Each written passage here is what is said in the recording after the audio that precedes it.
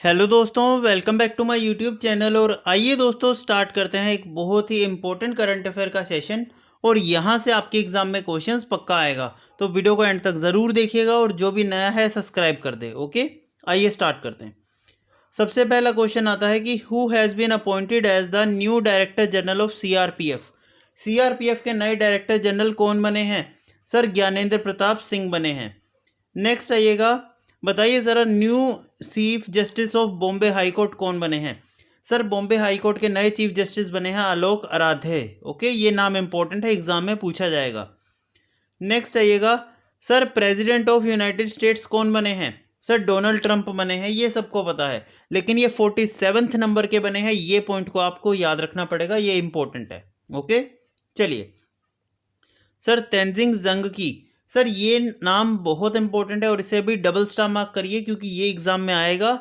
Sir ये जो है ये सबसे पहली वुमेन आईपीएस ऑफिसर है, कौन सी इंडियन स्टेट की? सर ये अरुणाचल प्रदेश की सबसे पहली वुमेन आईपीएस ऑफिसर है, ये आपको याद रखना है। नेक्स्ट आइएगा, बताइए ज़रा इसरो के नए चेयरमैन कौन बनाए गए हैं? तो सर एस सोमनाथ पहले थे, अब ये नहीं है। अब आपका कौन सा आंसर आ जाएगा? वी नारायणा आ जाएगा। ओके, ध्यान रखिएगा। नेक्स्ट आइएगा, सर नए प्रेसिडेंट कौन बने हैं एथलेटिक्स फेडरेशन ऑफ इंडिया के? Sir athletics federation of India के नए प्रेसिडेंट बने हैं बहादुर सिंह सागो। ओके, ध्यान रखिएगा। बताइए ज़रा new revenue secretary of finance ministry, बताइए ज़रा जो फाइनेंस मिनिस्ट्री होती है उसके नए रेवेन्यू सेक्रेटरी कौन बनाए गए हैं? तो सर ये बनाए गए हैं तुहीन कंटा।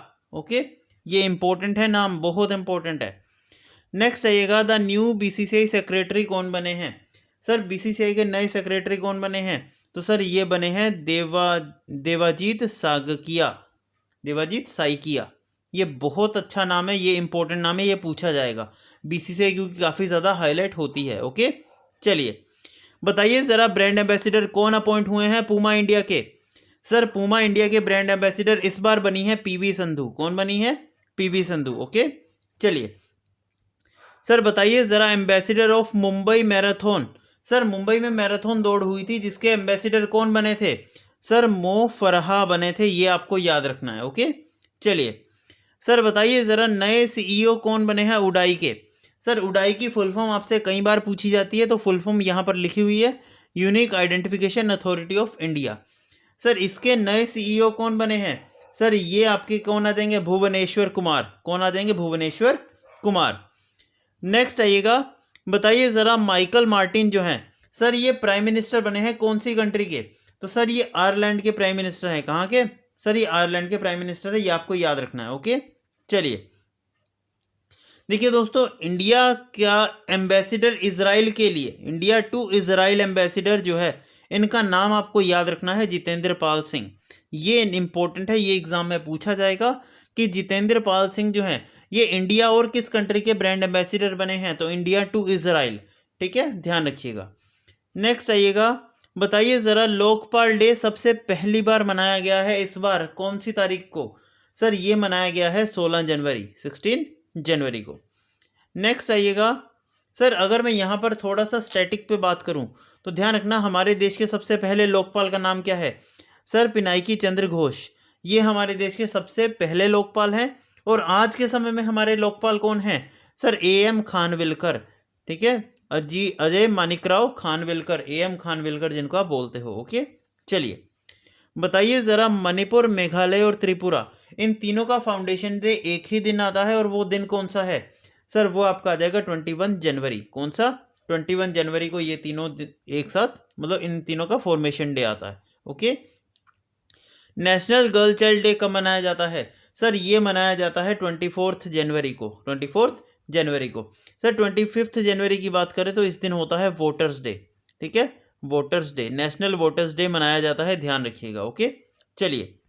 सर प्रवासी भारतीय दिवस जो है, सर ये किस दिन सेलिब्रेट किया जाता है और कहाँ पर? सर ये 18th एडिशन इस बार सेलिब्रेट किया गया था आपका 9 जनवरी को ये सेलिब्रेट करा जाता है ओडिशा के अंदर। कहाँ पर? ओडिशा के अंदर, ये आपको याद रखना है।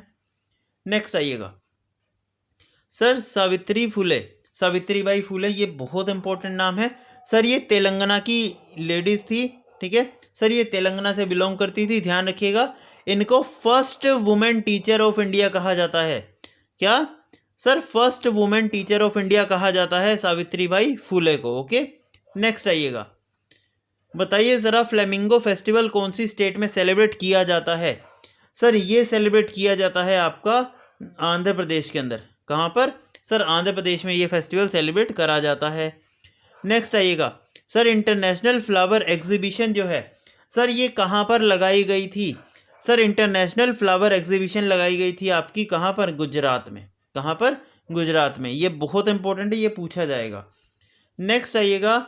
Sir national human trafficking awareness day. Sir human trafficking awareness day जो है ये सर हम 11 जनवरी को मनाते हैं, ठीक है, ध्यान रखिएगा। नेक्स्ट आते हैं नेशनल यूथ डे। सर ये क्यों मनाया जाता है? सर ये मनाया जाता है स्वामी विवेकानंद जी की जन्म दिवस पर। ओके, और ये कब आता है? सर ये आता है आपका 12 जनवरी। ओके, चलिए। Sir Ganga Negi festival sir ये कहाँ मनाया जाता है? सर आपको मैंने याद भी करवाया था, ज्ञान नेगी फेस्टिवल या गंगा नागी फेस्टिवल, ये सर आपका मणिपुर का फेस्टिवल है। किसका? सर मणिपुर का फेस्टिवल है, ध्यान रखिएगा। ओके, चलिए बताइए ज़रा 77th आर्मी डे परेड 2025 में हुई थी कहाँ पर? सर ये आपकी हुई थी कहाँ पर? सर ये हुई थी आपके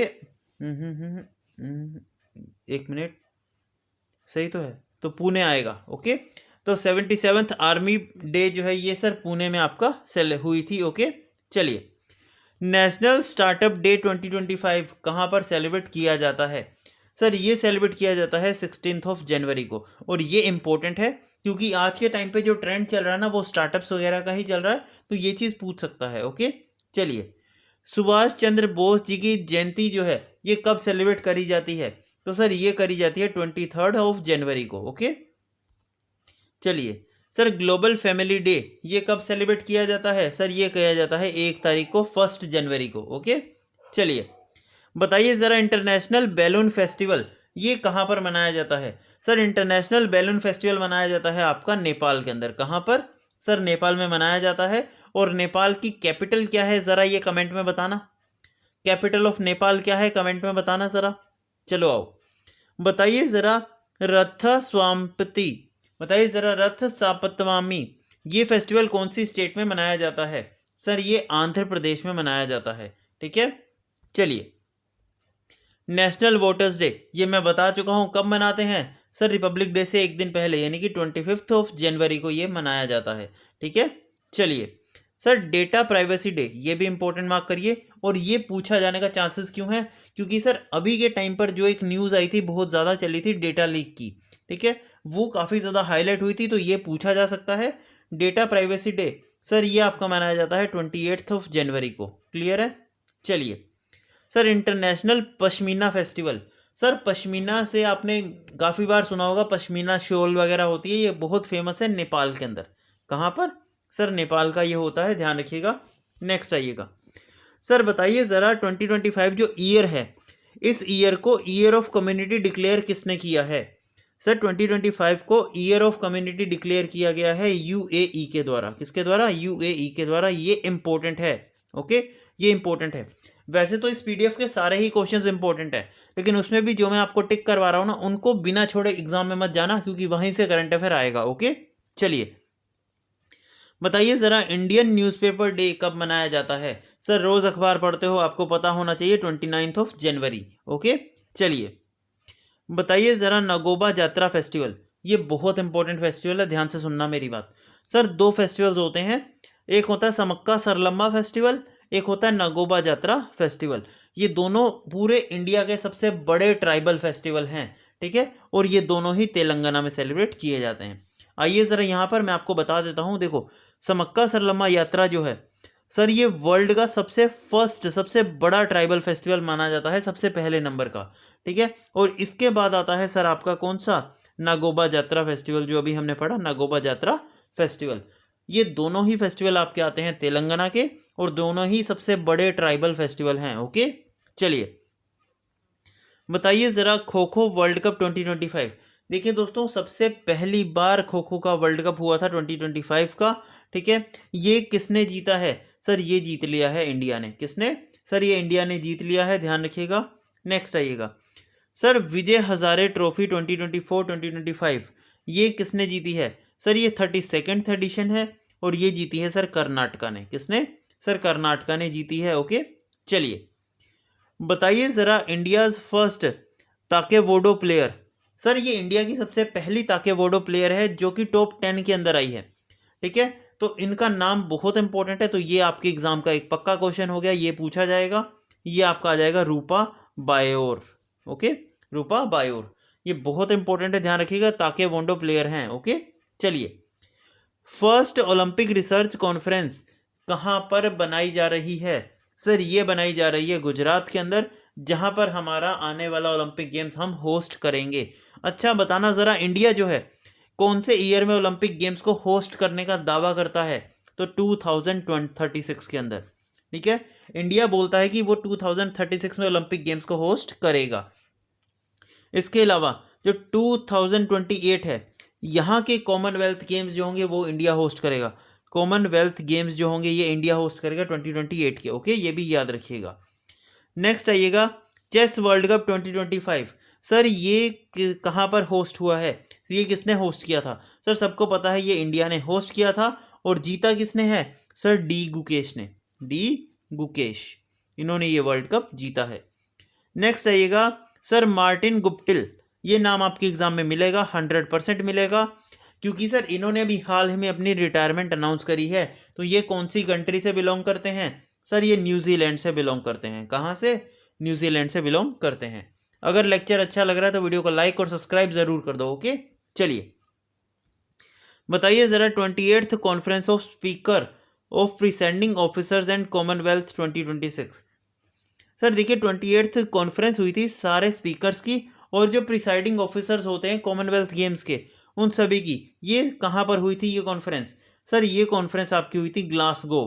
कहाँ पर हुई थी? ग्लासगो के अंदर हुई थी, ये भी याद रखिएगा। ओके, चलिए तो ग्लासगो स्कॉटलैंड के अंदर यहाँ पर हुई थी। जबकि 28th कॉन्फ्रेंस है स्पीकर ऑफ लोकसभा और इन सब की, सर ये होस्ट करे कहाँ पर हुई थी? सर ये कॉन्फ्रेंस की बात करेगा तो कॉन्फ्रेंस आपकी हुई थी इंडिया के अंदर। लेकिन अगर बोल देगा कि 2028 का 6 का कॉमनवेल्थ गेम्स, तो ये सर ग्लासगो के अंदर होगा, ध्यान रखिएगा। ओके, 2026 के कॉमनवेल्थ गेम ग्लासगो स्कॉटलैंड में, 2028 के कॉमनवेल्थ गेम्स कहाँ पर होंगे? सर ये होंगे इंडिया में। ठीक है, और ये मीटिंग जो हुई थी ये कहाँ पर हुई थी? सर ये मीटिंग इंडिया में हुई थी। ओके, चलिए बता, यहाँ पर आइए, which javelin thrower has been named as the best javelin throw athlete of 2024 by American magazine Track and Field. देखिए दोस्तों, अमेरिका की एक मैगजीन है ट्रैक एंड फील्ड, उसके अकॉर्डिंग, उसकी रिपोर्ट के अकॉर्डिंग सबसे बेस्ट जेवलिन थ्रोअर का पूरे ईयर के अंदर जो है ये मतलब एक टाइटल दिया गया है best javelin throw of the year का, ये दिया गया है आपके नीरज चोपड़ा को। किसको? नीरज चोपड़ा को। अब यहाँ पर याद रखिएगा जो हमारे पेरिस ओलंपिक हुए थे, सर पेरिस ओलंपिक में नीरज चोपड़ा की रैंक आई थी 2nd, और फर्स्ट रैंक आई थी सर अरशद नदीम की, और ये सर पाकिस्तान के प्लेयर हैं, ये भी आपको याद रखना है। ओके, और अरशद नदीम का थ्रो कितने मीटर का था? इन्होंने कितनी दूर बाला फेंका था? ये कमेंट में बताना ज़रा। ठीक है, बताइए ज़रा अरशद नदीम का थ्रो कितने मीटर का था, ये आप मुझे कमेंट में बताइए। ओके, चलिए सर ताहिम इकबाल, सर इन्होंने भी अभी हाल ही में रिटायरमेंट अनाउंस करी है इंटरनेशनल क्रिकेट से। ये कौन सी कंट्री से हैं? सर ये बांग्लादेश से हैं। कहाँ से? बांग्लादेश के प्लेयर हैं, ध्यान रखिएगा। ओके, चलिए sir ICC player of the month 2024 दिसंबर के लिए किसे चुना गया है? Sir player of the month दिसंबर 2024 के लिए ये बने हैं सर जसप्रीत बुमराह। ओके, ध्यान रखिएगा, और इन्होंने रिकॉर्ड बनाया है सबसे कम टाइम में 100 विकेट लेने का। ओके, ध्यान रखिएगा। नेक्स्ट आइएगा कि which tennis player recently set a record for playing most of the grand slams. Sir grand slam tournament जो होता है ये आपका टेनिस से एसोसिएटेड होता है, और सबसे ज़्यादा ग्रैंड स्लैम खेलने वाला प्लेयर कौन बन चुका है? सर ये बन चुके हैं नोवाक। ये सबसे ज़्यादा ग्रैंड स्लैम खेलने वाले प्लेयर बन चुके हैं, ये आपको याद रखना है। ओके, चलिए संतोष ट्रॉफी, सर इसका 33rd टाइम इस ट्रॉफी को किसने जीता है? सर ये जीता है आपके किसने? सर ये जीता है आपके वेस्ट बंगाल ने। ठीक है, संतोष ट्रॉफी का सर टाइटल किसने जीता है? वेस्ट बंगाल ने जीता है। और संतोष ट्रॉफी कौन सी स्पोर्ट से एसोसिएटेड है, ये आप मुझे बताइए ज़रा। क्या क्रिकेट या फुटबॉल या बेसबॉल या किससे एसोसिएटेड है संतोष ट्रॉफी? ओके, चलिए बताइए ज़रा। 24th नेशनल वनस्पति कीर्तन कंपटीशन ये कहाँ पर हुआ है? सर ये कंपटीशन आपका कहाँ पर हुआ है? सर ये हुआ है आपका रायपुर के अंदर। ठीक है सर, ये आपका हुआ है रायपुर झारखंड, रायपुर में छत्तीसगढ़ के अंदर शायद। ओके, चलिए बताइए ज़रा। मेजर ध्यानचंद खेल रत्न अवार्ड 2024 ये किन को मिला है? सर मेजर ध्यानचंद खेल रत्न अवार्ड इन सभी को मिला है, तो ऑल आपका आंसर आएगा यहाँ पर। ठीक है, लेकिन अगर मैं आपसे पूछूं बताइए ज़रा, डी गुकेश कौन सी स्पोर्ट्स से एसोसिएटेड हैं? चेस से एसोसिएटेड हैं। सर मनु भाकर कौन सी स्पोर्ट्स से एसोसिएटेड हैं? ये आप मुझे बताना ज़रा, लिखो फटाफट। मनु भाकर जो हैं ये कौन सी स्पोर्ट्स से एसोसिएटेड हैं कमेंट बॉक्स के अंदर। तो सर ये एथलीट हैं, ये शूटिंग करती हैं, ये शूटर हैं। ओके, चलिए नेक्स्ट आइएगा। Sir 2024 फीडी women's world rapid championship ये किसने जीती है? सर रैपिड चेस चैंपियनशिप की बात करेंगे तो ये जीती है कोनेरू हम्पी ने, ध्यान रखिएगा। ओके, चलिए बताइए ज़रा। फास्टेस्ट इंडियन बॉलर जिन्होंने 200 विकेट्स ली हैं टेस्ट क्रिकेट में, सर ये कौन बन चुके हैं? ये अभी पहले ही बताया था जस्ट मैंने आपको, जसप्रीत बुमराह बन चुके हैं। ठीक है, ध्यान रखिएगा। और ये प्लेयर ऑफ द ईयर माने जाते हैं दिसंबर 2024 की रिपोर्ट के हिसाब से। ओके, चलिए सर ऑस्ट्रेलियन ओपन 2025 सर इसको किसने जीता है वुमेन सिंगल का टाइटल? ये इंपॉर्टेंट क्वेश्चन है और ये क्वेश्चन पक्का एग्जाम में मिलेगा। ठीक है, वुमेन सिंगल का टाइटल ये किसने जीता है? सर ये जीता है आपके मेडिसन ने। ओके, मेडिसन ने। इसमें इस बार कंफ्यूजन क्यों होगा बच्चे? हर बार पिछले 3-4 सालों से आर्यन सबलंका या फिर एगा सात्विक का नाम ही आप पढ़ रहे थे, लेकिन इस बार मेडिसन ने जीता है, ये इसीलिए इंपॉर्टेंट है। ओके, चलिए बताइए ज़रा। वुमेन्स हॉकी इंडिया लीग, ठीक है, देखो सबसे पहला एडिशन था ये वुमेन्स हॉकी इंडियन लीग का, ये किसने जीता है? सर ये ओडिशा वॉरियर ने जीता है। किसने? सर ओडिशा वॉरियर ने जीत लिया है, ध्यान रखिएगा। और ये सबसे पहला यानी कि सबसे पहला एडिशन था, इसीलिए इंपॉर्टेंट है, ध्यान रखिएगा। अब बात आती है सर ये पहला एडिशन था तो ये कहाँ पर हुआ है मैच? ये सब चीज़ इंपॉर्टेंट है, आइए ज़रा यहाँ पर ध्यान से सुनना। सर हॉकी की बात करें तो भाई ये मैच ओडिशा वॉरियर ने जीता है, अभी हमने पढ़ा। ठीक है, लेकिन आपको एक नाम यहाँ पर और याद रखना, वो है जयपाल सिंह मुंडा। ठीक है, हालांकि जयपाल सिंह मुंडा स्टेडियम के अंदर ये मैच खेला गया था, लेकिन ये जो जयपाल सिंह मुंडा है ये हॉकी के बहुत बड़े प्लेयर हैं, तो आपको इनका नाम पूछा जा सकता है कि जयपाल सिंह मुंडा कौन सी स्पोर्ट्स से एसोसिएटेड हैं। तो सर ये हॉकी के प्लेयर थे, ध्यान रखिएगा। ओके, चलिए बताइए ज़रा। ICC women's ODI cricket 2024 cricketer of the year का अवार्ड किसे मिला है? Sir ICC women's ODI cricketer का अवार्ड मिला है किसे? स्मृति मंदन्ना को। ओके, चलिए बताइए ज़रा। आईसीसी वुमेन्स चैंपियनशिप किसने जीती है? सर आईसीसी वुमेन्स चैंपियनशिप की बात करेंगे तो सर ये इस बार चली गई ऑस्ट्रेलिया के हाथ। ओके, ध्यान रखिएगा। चलिए बताइए ज़रा। फर्स्ट स्टेट इन इंडिया जिन्होंने स्टार्ट किया है rural cricketer league, important. Sir rural cricketer league किसने शुरू करी है? सर ये करी है बिहार ने। किसने? बिहार ने। नेक्स्ट आइएगा, बताइए ज़रा। प्राइम मिनिस्टर द्वारा किस स्टेट को अवार्ड दिया गया है best solar system energy use करने के लिए जल जीवन मिशन के तहत? बताइए ज़रा। जल जीवन मिशन जो है उसमें अच्छा परफॉर्म करने के लिए और इनोवेटिव तरीके से सोलर एनर्जी को कंज्यूम करने के लिए सर ये अवार्ड दिया गया है कौन सी स्टेट को? तो सर उत्तर प्रदेश को ये अवार्ड मिला है, ध्यान रखिएगा। ठीक है, चलिए सर बताइए ज़रा। Subhash Chandra Bose disaster management award 2025 का ये किस इंस्टीट्यूशन को दिया गया है? सर ये दिया गया है Indian national centre for ocean and informative services. ये अच्छा क्वेश्चन है अगर आप सीजीएल के लिए पढ़ रहे हैं, अगर एमटीएस वगैरह के लिए पढ़ रहे हो तो इसको छोड़ सकते हो। ओके, चलिए बताइए ज़रा। बेस्ट मोशन पिक्चर के लिए, ठीक है, ग्लोबल गोल्डन ग्लोब अवार्ड 2025 किसे मिला है? सर बेस्ट मोशन पिक्चर का अवार्ड मिला है सर द ब्रूटलिस्ट। ठीक है, द ब्रूटलिस्ट को गोल्डन ग्लोब अवार्ड मिला है मोशन ऑफ द पिक्चर के लिए। ओके, चलिए सत्यजीत रे लाइफ टाइम अचीवमेंट अवार्ड 2025 ये किसने जीता है? सर ये जीता है आपके किसने?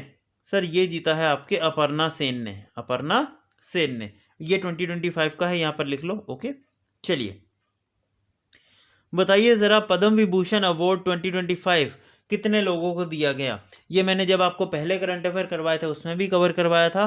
तो टोटल 7 लोगों को पद्म विभूषण दिया गया है और 7 की लिस्ट मैंने प्रॉपरली आपको टेलीग्राम पे दे रखी है, तो टेलीग्राम ज्वाइन कर लेना। ओके, चलिए बताइए ज़रा महाराजा हरि सिंह अवार्ड ये किसे मिला है, ये किसे मिला है बताइए ज़रा। तो सर ये मिला है मनोज सिन्हा को। ओके, बताइए ज़रा first prize in states and union territory categories for republic day parade 2025। Sir best Telugu, Telugu मतलब होता है झांकी। आप सभी को पता है 2025 जो रिपब्लिक डे हुआ उसमें अलग अलग तरीके की झांकियाँ निकलती हैं, और सबसे पहली और सबसे फर्स्ट नंबर पे आने वाली झांकी कौन थी। तो सर सबसे फर्स्ट नंबर पे आने वाली झांकी कौन सी आ जाएगी, सर उत्तर प्रदेश की आ जाएगी। किसकी, सर उत्तर प्रदेश की आ जाएगी। ध्यान रखिएगा ये फर्स्ट रैंक इस बार इन्होंने जीती है। ओके, चलिए sir youngest map genius of India, ये इंपॉर्टेंट मार्क करिए, डबल स्टार मार्क करिए। Sir youngest map genius of India कहा जाता है किसे। सर ये अभी हाल ही में बना है, इसका नाम है सक्षम ठाकुर। क्या नाम है, सक्षम ठाकुर। ओके, ध्यान रखिएगा। नेक्स्ट आएगा सर पोस्टल डिपार्टमेंट। देखिए दोस्तों कौन सी ऐसी स्टेट है जिसका पोस्टल डिपार्टमेंट यानी कि जो डाक वगैरह भेजते हैं ना, जो पोस्ट वगैरह भेजते हैं, वो वाला जो डिपार्टमेंट है उन्होंने अपने काम के दौरान एआई सिस्टम जो है अपनी सर्विसेज में लाने की बात करी है। तो सर ये किया गया है किसके द्वारा, सर बिहार सरकार के द्वारा। ओके, जिया हो बिहार के लाला। ओके, चलिए आइए बताइए ज़रा world most powerful hydrogen fuel driven engine किसने बनाया है। सर दुनिया का सबसे पावरफुल हाइड्रोजन इंजन किसने बनाया है, सर इंडिया ने बनाया है। ये चीज़ किसने बनाई है, इंडिया ने बनाई है।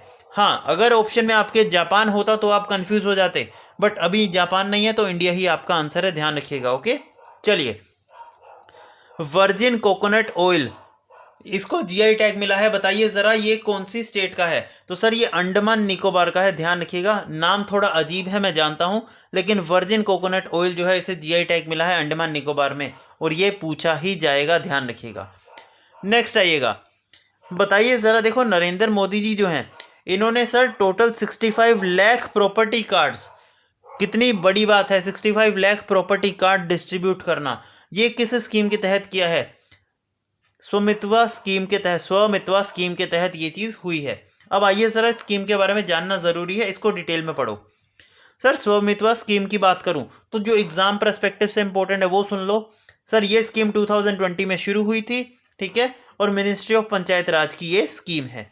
इसके अलावा सर आपसे डाटा पूछा जाएगा कि कितने लोगों को इन्होंने जो है कार्ड बांटे हैं, तो 65 लाख लोगों को इन्होंने प्रॉपर्टी कार्ड बांटे हैं, ध्यान रखिएगा। और इसकी फुल फॉर्म की बात करें तो क्या आ जाएगा, सर्वे ऑफ विलेज आबादी and mapping with improvising technology in village areas. ठीक है, तो ये सारी चीज़ इंपॉर्टेंट है, इसे प्लीज़ पढ़ के जाना, ये एग्जाम में पूछेगा। मैं बहुत बार बताता हूँ ये चीज़, ये बहुत इंपॉर्टेंट है। ओके, इसे छोड़ना नहीं है बिल्कुल। चलिए बताइए, देखिए दोस्तों आप सभी को पता होगा इंडिया के अंदर हॉस्पिटल्स वगैरह की कंडीशन इतनी ज़्यादा ख़राब है ना कि एम्बुलेंसेस कभी भी टाइम पर नहीं पहुंच पाती। ठीक है, और कई बार आधा आधा एक एक घंटा भी लेट होती है एम्बुलेंसेस, या अवेलेबल ही नहीं होती। तो इसीलिए जो ब्लिंकिट है सर इन्होंने वादा किया है कि 10 मिनट के अंदर ये एम्बुलेंस सर्विस देने की बात करता है, और इसीलिए जो ब्लिंकिट है इसने अपनी खुद की एक एम्बुलेंस सेवा शुरू करी है। और ये स्टार्ट कौन सी स्टेट से कर रहा है, तो सर ये हरियाणा गुरुग्राम से ये चीज़ शुरू कर रहा है। ठीक है, तो ब्लिंकिट 10 मिनट में खाने के साथ साथ अब 10 मिनट में एम्बुलेंस भी आपके लोकल एरियाज में प्रोवाइड करवाएगा। गुरुग्राम के अंदर इसने शुरुआत कर दी है। ओके, चलिए सर देश का सबसे पहला कोस्टल वाटर बर्ड सेंसस कहाँ पर हुआ है। Sir coastal water bird census जो है इसकी शुरुआत कहाँ से हुई है, सर इसकी शुरुआत हुई है आपके गुजरात से। ठीक है, ध्यान रखिएगा कोस्टल वाटर बर्ड सेंसस जो है ये सर गुजरात से इसकी शुरुआत हुई है। ठीक है, और गुजरात के अंदर एक बहुत ही फेमस नेशनल पार्क है जो आपको पता होना चाहिए, गिर नेशनल पार्क। गिर नेशनल पार्क, ये याद रखिएगा, ये पूछा जाता है। और ये फेमस होता है सर एशियाटिक लोयन के लिए, जो कि गुजरात का स्टेट एनिमल है। ठीक है, तो गुजरात का स्टेट एनिमल कौन सा आ जाएगा, एशियाटिक लोयन, जो कि गिर नेशनल पार्क में पाया जाता है। ओके, चलिए बताइए ज़रा भारत पोल, ये एक पोर्टल है जो कि किसने लॉन्च किया है, तो सर भारत पोल नाम का एक पोर्टल है जो कि अमित शाह ने लॉन्च किया है। किसने? सर अमित शाह ने लॉन्च किया है, ये इंपॉर्टेंट है, ध्यान रखिएगा। ओके चलिए सर, पार्थ स्कीम ये कौन सी स्टेट ने स्टार्ट करी है? सर पार्थ स्कीम आपकी कौन सी स्टेट ने स्टार्ट करी है? तो ये बच्चा आपकी आ जाएगी महाराष्ट्र, ये आ जाएगी आपकी महाराष्ट्र की स्कीम। ओके ध्यान रखिएगा। नेक्स्ट आइएगा सर, शहीद माधो सिंह हाथ खर्चा योजना ये कौन सी स्टेट ने लॉन्च किया है? ये अच्छा क्वेश्चन है, एग्जाम में मिलेगा, 100% मिलेगा। तो शहीद माधो सिंह खर्चा योजना सर ये स्कीम शुरू करी गई है आपके ओडिशा गवर्नमेंट के द्वारा। किसके द्वारा? ओडिशा गवर्नमेंट के द्वारा, ध्यान रखिएगा। ओके चलिए, first Hindi certificate course has been launched recently. Sir ऐसी कौन सी कंट्री है जिसने सबसे पहली बार हिंदी सर्टिफिकेट कोर्स लॉन्च किया है? हिंदी सर्टिफिकेट कोर्स लॉन्च किया है, तो सर ये कंट्री आपके पास कौन सी आ जाएगी? श्रीलंका। कौन सी? श्रीलंका, ध्यान रखिएगा। अब अगर मैं आपसे यहाँ पर एक छोटा सा सवाल पूछूं, बताइए ज़रा इंडिया की ऐसी कौन सी नेबरिंग कंट्री है जिसके साथ इंडिया जो है कोई भी इंटरनेशनल बाउंड्री शेयर नहीं करता? ये बहुत ही अच्छा क्वेश्चन है। सर इंडिया की इंटरनेशनल बाउंड्री उसके साथ शेयर नहीं होती, लेकिन वो इंडिया की नेबरिंग कंट्री है। सर वो आती है मालदीव्स। याद रखिएगा, मालदीव के साथ इंडिया कोई भी इंटरनेशनल बाउंड्री शेयर नहीं करता है। ठीक है चलिए, बताइए ज़रा पेंट माई सिटी कैंपेन कहाँ पर स्टार्ट किया गया? तो सर जैसा कि सभी को पता है, महाकुंभ का अवसर है, प्रयागराज के अंदर मेला लगने वाला है और पूरी दुनिया देश भर से लोग आएंगे, इसीलिए इन्होंने प्रयागराज के अंदर ये चीज़ शुरू करी, पेंट माई सिटी, जिसके तहत पूरी प्रयागराज सिटी जो है उसको एक राम नगरी की तरह, एक रिलीजियस प्लेस की तरह पेंट करा जाएगा। ठीक है चलिए, बताइए ज़रा कौन सी स्टेट है जिसने अनाउंस किया है मंथली पेंशन उन लोगों के लिए जिनको इमरजेंसी के टाइम पर जेल हुई थी? ठीक है, 1975 में जब इमरजेंसी लगाई गई थी, उस टाइम पर जो जो लोगों को जेल हुई थी उनके परिवार वालों को क्या होगा? सर मंथली पेंशन देने की बात करी है। कौन सी सरकार ने? सर ये सरकार आती है आपकी ओडिशा की। ठीक है, तो अभी तक आप देखोगे तो हमने ओडिशा की काफ़ी ज़्यादा स्कीम्स पढ़ी हैं, तो आपको यहाँ पर एक छोटा सा हिंट मिलता है कि ओडिशा के जितने भी आपके फेस्टिवल्स हो गए, जितनी भी आपके डांसेस हो गए और जितनी भी आपकी गवर्नमेंट स्कीम्स हैं, उन सभी को पढ़ के जाना। ओडिशा इस बार एग्जाम में पक्का पूछा जाएगा। ओके चलिए, बताइए ज़रा great place to work. Sir देखिए ये एक टाइटल है। ठीक है, ये एक टाइटल है, ये एक स्टेटस है जो कि दूसरी बार जीता है। किसने? सर ये जीता है सेल ने। ठीक है, सेल एक ऐसी मतलब एजेंसी है, ध्यान रखिएगा, जहां पर इसने ये टाइटल जीता है great place to work. Okay बस इतना ही याद रखना है। नेक्स्ट आइए सर, देखिए एक सिंपल सी बात बताता हूं मैं आपको, ये बहुत इंपॉर्टेंट है, ये वाला क्वेश्चन इंपॉर्टेंट, ध्यान रखना। सर क्लाइमेट मिशन लॉन्च करा गया था जिसके तहत बात करी गई है दुनिया का सबसे पहला एनर्जी लिटरेट सिटी बनाने की। ठीक है, इंडिया के अंदर किस स्टेट ने जो है एक क्लाइमेट मिशन की शुरुआत करी जिसके तहत उसने बात करी है कि भाई वो जो है वो देश की सबसे पहली लिटरेट सिटी बन जाएगी? सर ये कौन सी आ जाएगी? तो सर ये आपके पास आ जाएगा इंदौर। कौन आ जाएगा? इंदौर। इंदौर ये दावा करता है कि वो सबसे पहली पूरी कंट्री की फर्स्ट एनर्जी लिटरेट सिटी बनेगा, ये ध्यान रखिएगा।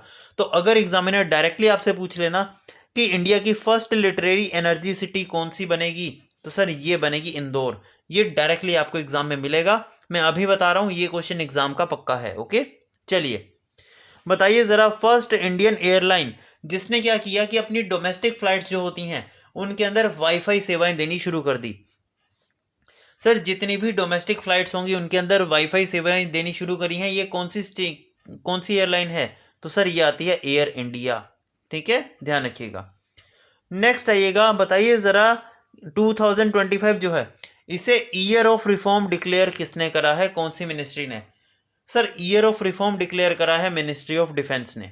ठीक है, मिनिस्ट्री ऑफ डिफेंस बोलती है कि 2025 जो है ये एक ईयर ऑफ रिफॉर्म है, यानी कि बदलाव का दौर है ये। ओके चलिए सर, देखिए मनमोहन सिंह जी जो कि हमारे पूर्व प्रधानमंत्री रहे हैं, सर उनका अभी हाल ही में देहांत हो गया, सबको पता है, वो भी हाल ही में गुजर गए हैं।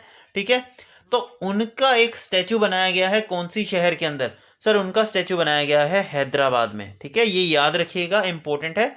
अब मनमोहन सिंह जी के बारे में कुछ सवाल जो आपके एग्जाम में डायरेक्टली मिल सकते हैं कि सर ये 13th नंबर के प्राइम मिनिस्टर थे, ये आपको याद रखना है। ठीक है, मनमोहन सिंह 13th नंबर के प्राइम मिनिस्टर थे और कब से कब तक थे सर? 2004 से 2014 तक ये प्राइम मिनिस्टर रहे हैं। ठीक है, इसके अलावा ये 15th नंबर के आरबीआई गवर्नर थे जो कि 1982 से 1985 तक काम किया है, और यूनियन मिनिस्टर ऑफ फाइनेंस में भी इन्होंने काम किया है पूरे 5 साल 1991 से 1996 तक। ठीक है, तो आपको एक तो याद रखना है 13th प्राइम मिनिस्टर थे और 15th गवर्नर थे। ये याद रखिए कि एग्जाम में यहाँ पर कंफ्यूजन होगा, बच्चे पलट देंगे। ठीक है, ध्यान रखना 13th प्राइम मिनिस्टर और 15वें आरबीआई गवर्नर थे, ये आपको याद रखना है। क्लियर है? चलिए सर, ऑपरेशन बुलेट राजा कौन सी स्टेट ने शुरू किया है? सर आप लोगों ने देखा होगा आजकल के टाइम पे क्या होता है, आवारागिरी करने वाले जो लोंडे होते हैं ना, वो क्या करते हैं सर, बुलेट ले ली, बाइक वाइक ले ली बढ़िया सी, उसके पीछे जो है साइलेंसर वगैरह जो होता है पता नहीं कुछ करवा लेते मॉडिफाई, एंड इतनी तेज तेज आवाज़ निकालते ना बाइक से, है ना।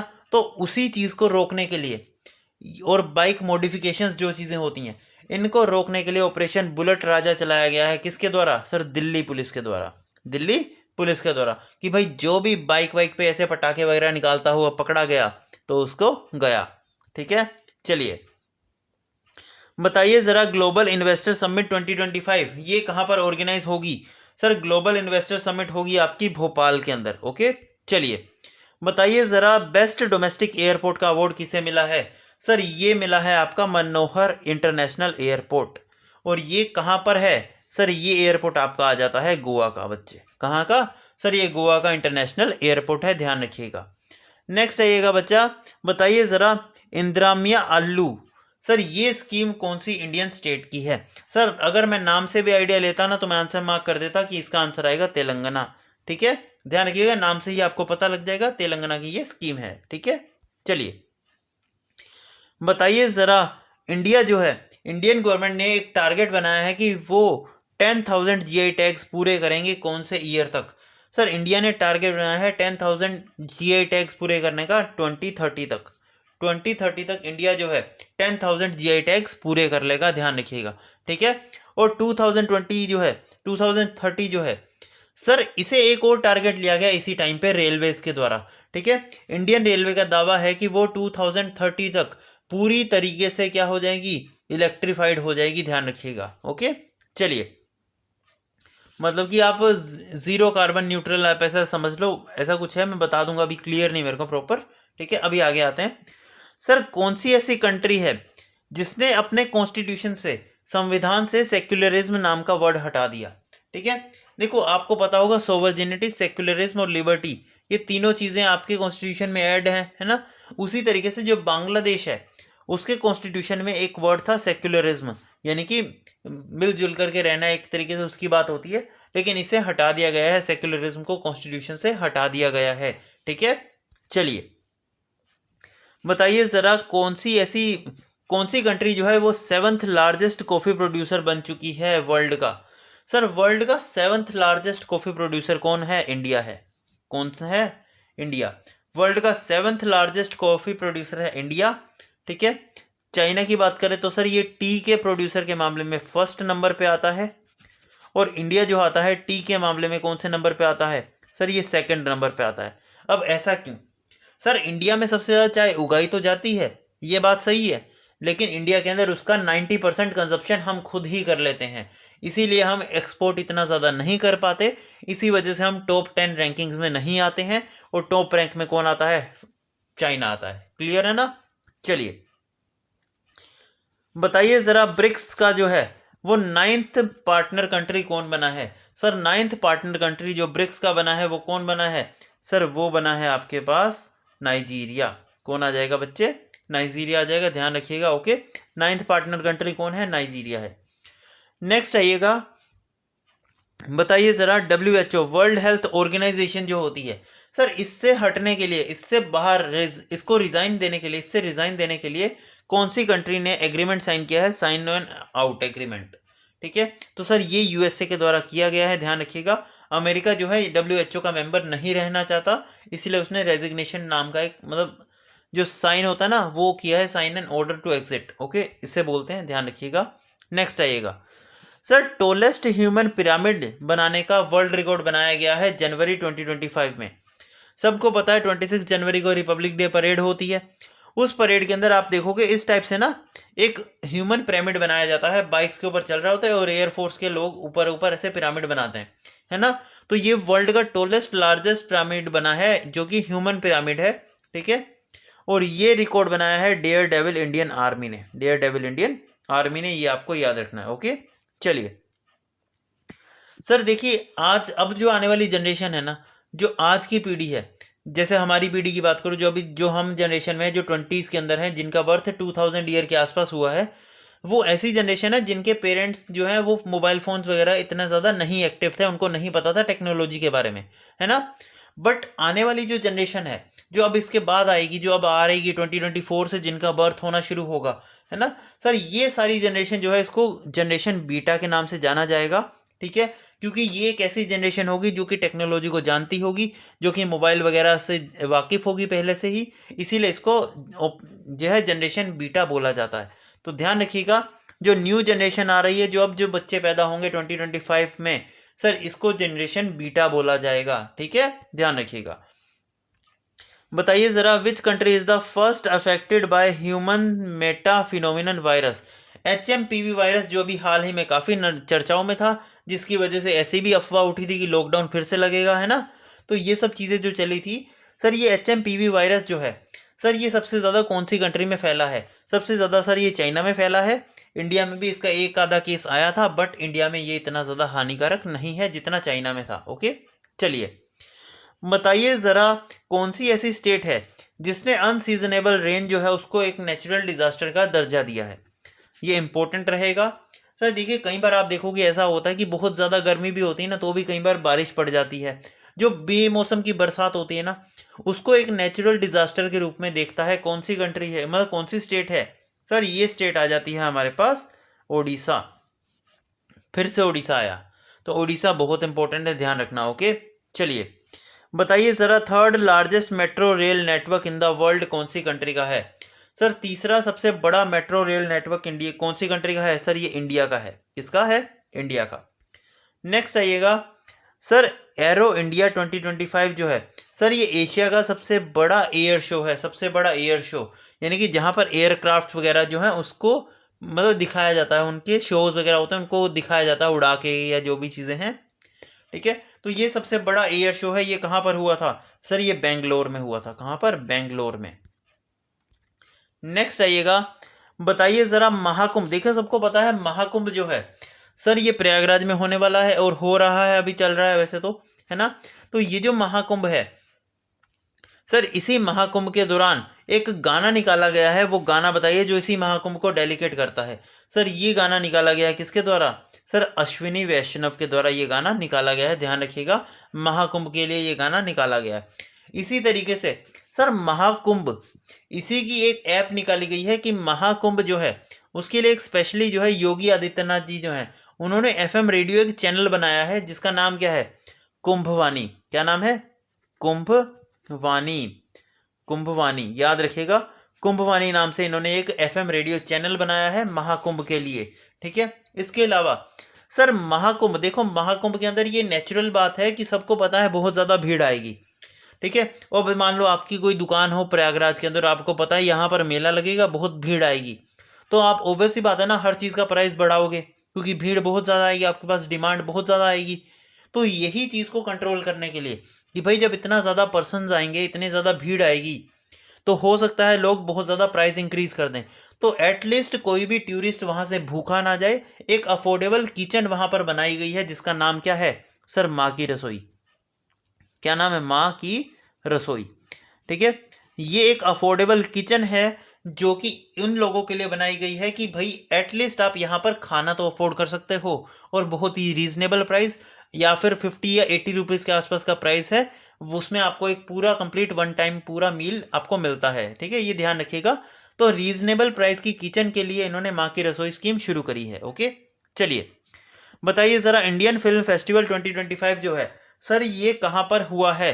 सर ये श्रीलंका में हुआ है, ठीक है। नेक्स्ट आइएगा सर, चीफ गेस्ट कौन थे रिपब्लिक डे 2025 के? सर इंडोनेशियन प्रेसिडेंट जिनका नाम क्या है? प्राबो सुबंतियो। ओके, चलो बताइए ज़रा, महाकुंभ 2025 के लिए सर जो चीफ मिनिस्टर हैं उत्तर प्रदेश के, उन्होंने एक एफएम चैनल बनाया है जिसका नाम अभी मैंने आपको बताया, क्या, कुंभवानी। क्या नाम है? कुंभवानी, ध्यान रखिएगा। ओके, चलिए सर बताइए जरा, world second largest holder of lithium reserve. Sir lithium reserve का सेकंड लार्जेस्ट होल्डर कौन बन चुका है? सर ये चाइना बन चुका है। कौन बन चुका है? चाइना। बताइए जरा, जेड मोहर Sonamarg tunnel recently inaugurated by PM Modi. बताइए जरा, जेड मोहर सोनमार्ग टनल जो है, जो कि अभी हाल ही में पीएम मोदी जी ने इनॉग्रेट करी, ये कहाँ की टनल है? सर ये टनल आपकी आ जाती है जम्मू एंड कश्मीर की, याद रखिएगा। ठीक है, और इसके पूछे जाने के चांसेस हैं, ध्यान रखिएगा। ओके, इंपॉर्टेंट है। नेक्स्ट आइएगा, बताइए जरा, ईरान जो है उसने अपनी फ्यूचर कैपिटल कौन सी स्टेट को कहा है? सर ईरान ने बोला है कि वो उसकी अपनी फ्यूचर कैपिटल क्या हो सकती है उसकी? मकरान। ईरान ने बोला है कि मकरन जो है वो उसकी फ्यूचर कैपिटल बन सकती है, ध्यान रखिएगा। नेक्स्ट आइएगा, सर इजराइल और हमास, आप सभी को पता है इनके बीच में वॉर चल रहा था काफ़ी ज़्यादा, है ना। उसी वॉर को शांत करने के लिए और ख़त्म करने के लिए इन दोनों के बीच में एक एग्रीमेंट हुआ, उसका नाम क्या है? Agreement of peace. एक पीस एग्रीमेंट हुआ इन दोनों के बीच में, ठीक है। और उस एग्रीमेंट के तहत, ये मतलब जो एग्रीमेंट है इनके तहत इनकी वॉर खत्म हो गई है। और ये एग्रीमेंट कहाँ पर हुआ है? सर ये हुआ है दोहा कतर के अंदर। दोहा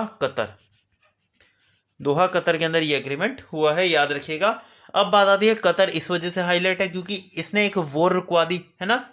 जैसे अभी ट्रेंड चल रहा था ना मीम में कि मोदी जी ने वॉर रुकवा दी, वैसे ही कतर ने सच में वॉर रुकवा दी इजराइल और हमास की। अब ये जो कतर है, आपको यहाँ पर इससे क्वेश्चन बन सकता है, तो ध्यान रखिएगा।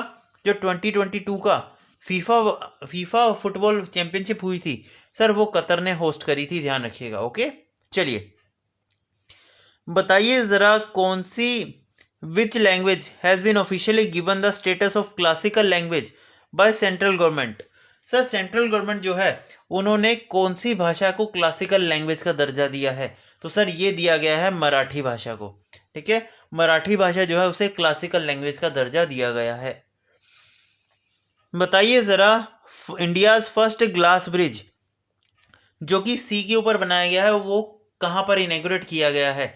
सर इंडिया का सबसे पहला ग्लास ब्रिज है, इसका नाम ये कहाँ पर हुआ है? सर ये तमिलनाडु में इनॉग्रेट किया गया है। बताइए ज़रा, in which country new tourist tax been implemented. Sir tourist के ऊपर एक नया टैक्स लगा दिया गया है, कौन सी कंट्री के अंदर?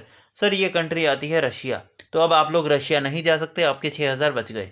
चलिए बताइए ज़रा, 1/3 ये जो है सर ये कहाँ पर मनाया जाता है? सर ये कौन सी नई डिस्ट्रिक्ट है? सर 1/3 जो है सर ये किसकी नई डिस्ट्रिक्ट है? सर ये नई डिस्ट्रिक्ट आती है आपकी कौन से स्टेट की? गुजरात की। ये गुजरात की नई डिस्ट्रिक्ट आती है, ठीक है। चलिए बताइए ज़रा, हाईएस्ट पीक ऑफ 7 कॉन्टिनेंट्स, ये 100% एग्जाम में आएगा, इसे ट्रिपल स्टार मार्क करिए। सर कामाख्या कीर्तियन, ये नाम बहुत इंपॉर्टेंट है और इस बार एग्जाम में 100% आएगा। क्यों? क्योंकि सर आपको पता है हमारे पूरे वर्ल्ड में 7 कॉन्टिनेंट है, पता है ना, 7 कॉन्टिनेंट होते हैं।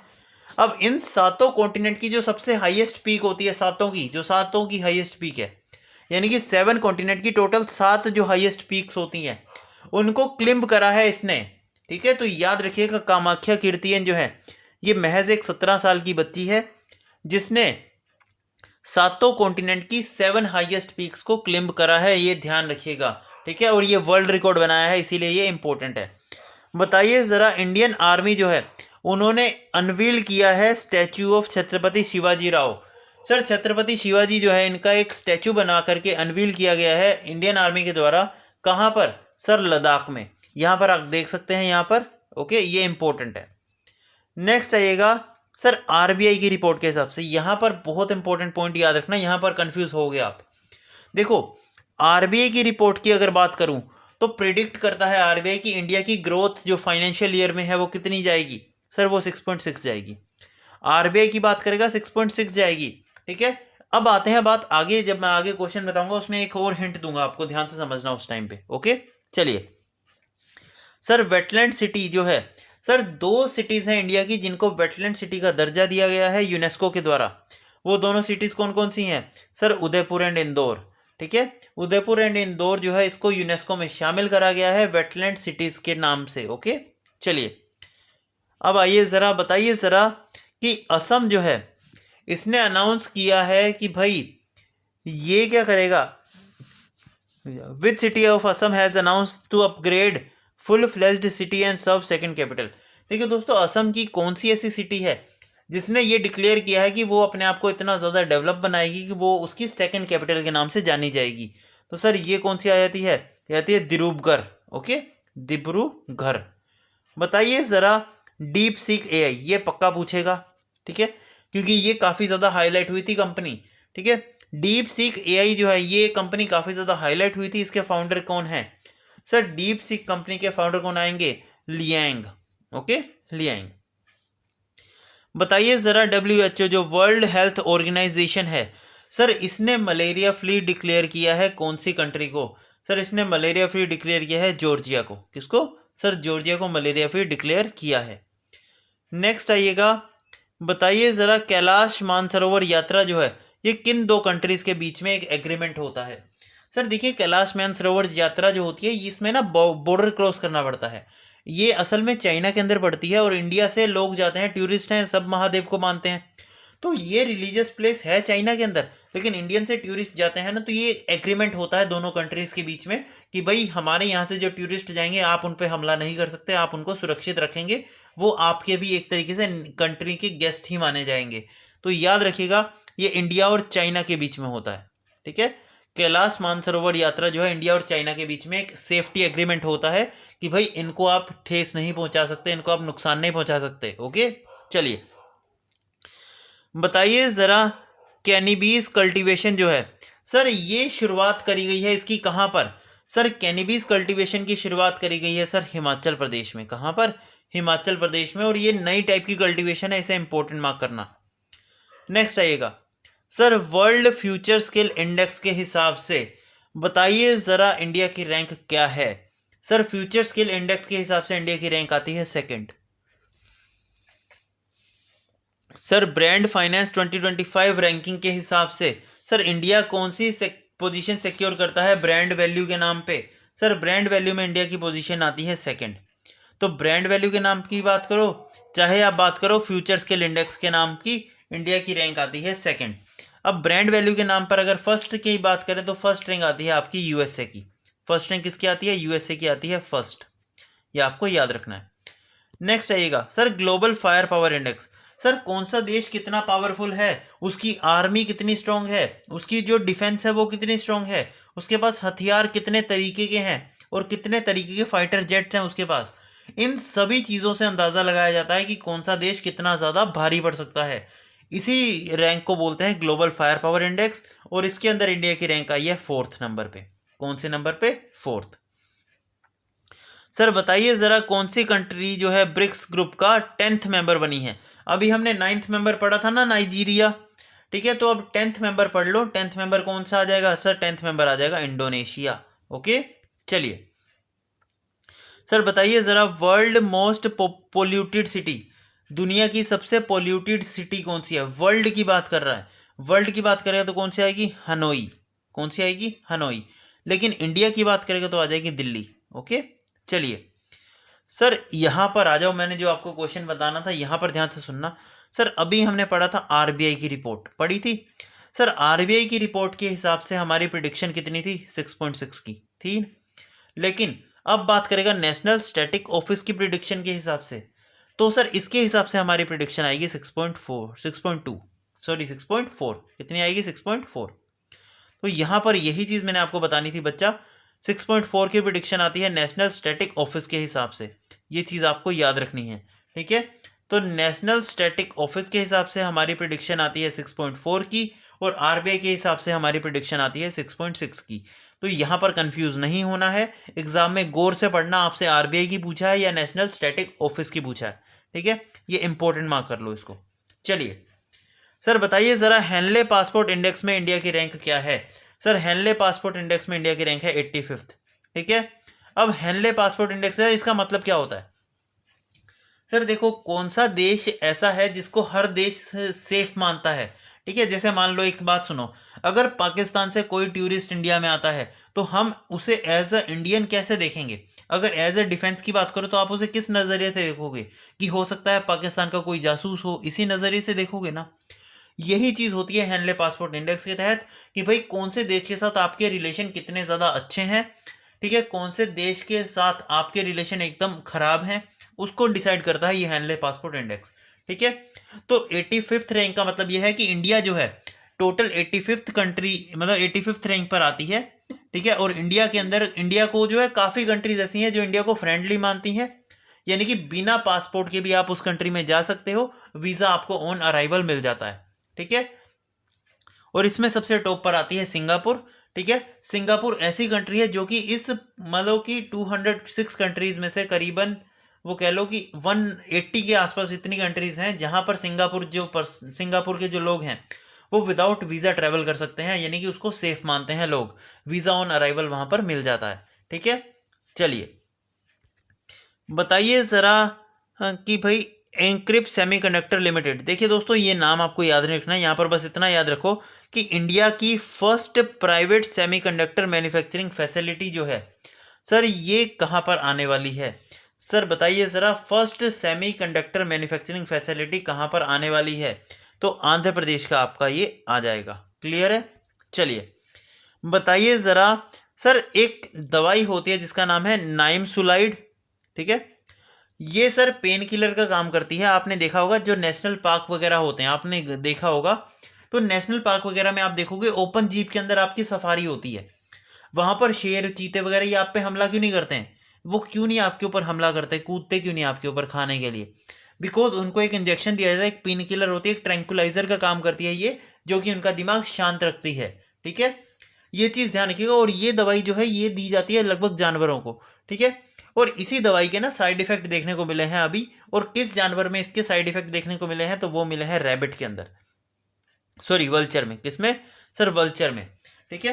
तो वल्चर के अंदर इस दवाई के साइड इफेक्ट देखने को मिले हैं, ध्यान रखिएगा। ओके। चलिए बताइए जरा, PRSC-IO1 सैटेलाइट जो है किसने लॉन्च करी है? सर PRSC ये सैटेलाइट लॉन्च करी है पाकिस्तान ने। किसने? पाकिस्तान ने।